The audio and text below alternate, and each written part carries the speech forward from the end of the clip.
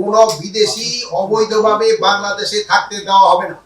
কোন বিদেশিকেই অবৈধভাবে বাংলাদেশে থাকতে দেওয়া হবে না।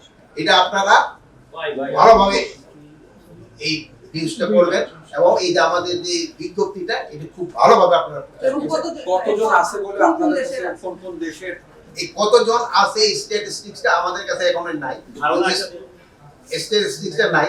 এটা যদি থাকতো তো আমি বলে দিতাম যে এতজন আছে।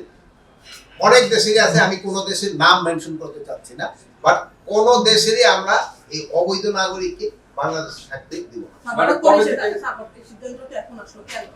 এটা কোনো হঠাৎ না না না এটা কোনো হঠাৎ করে সিদ্ধান্ত না, এটা হঠাৎ করে সিদ্ধান্ত না। না না আইন শৃঙ্খলার সাথে এটার কোনো জড়িত নেই। কতদিনের মধ্যে মানে তাদের মানে আপনারা ডেপুটেশন করার জন্য চিন্তা করতেছেন, মানে একটা কাগজপত্র আমরা প্রথমে আগে লিস্টটা পাই, পেয়ে তারপর আবার আমরা কতদিনের মধ্যে করব এটা আপনাদের জানাবো। স্যার আপনি একটা বিষয় নিয়ে কথা বলছিলেন, যদিও আমরা দেখছি যে বর্তমানে ইন্ডিয়া বাংলাদেশ রিলেশন নিয়ে সীমান্তে এক ধরনের কোনো জায়গায় উত্তেজনা দেখছি আমরা। যেমন সিলেটের ওখানে সীমান্ত পারে অনেক মানুষ বিক্ষোভ করেছে কয়েকদিন আগেও। সীমান্ত আমরা কতটা অ্যালার্ট করছি বা সীমান্ত পুরাই অ্যালার্ট।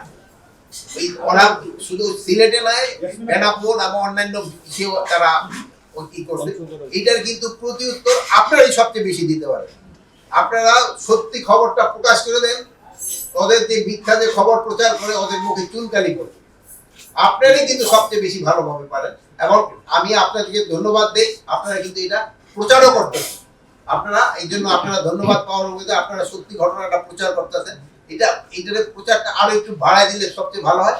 আর আমাদের যে ইংলিশ চ্যানেলে কিছু খবরগুলি হয় সেই সময় যদি একটু আপনারা একটু বেশি বলে দেন তাহলে সুবিধা হয় কি, বিদেশিরা তো অনেক সময় আমাকে বাংলাদেশি কিন্তু সবাই বাংলাতে বুঝে না।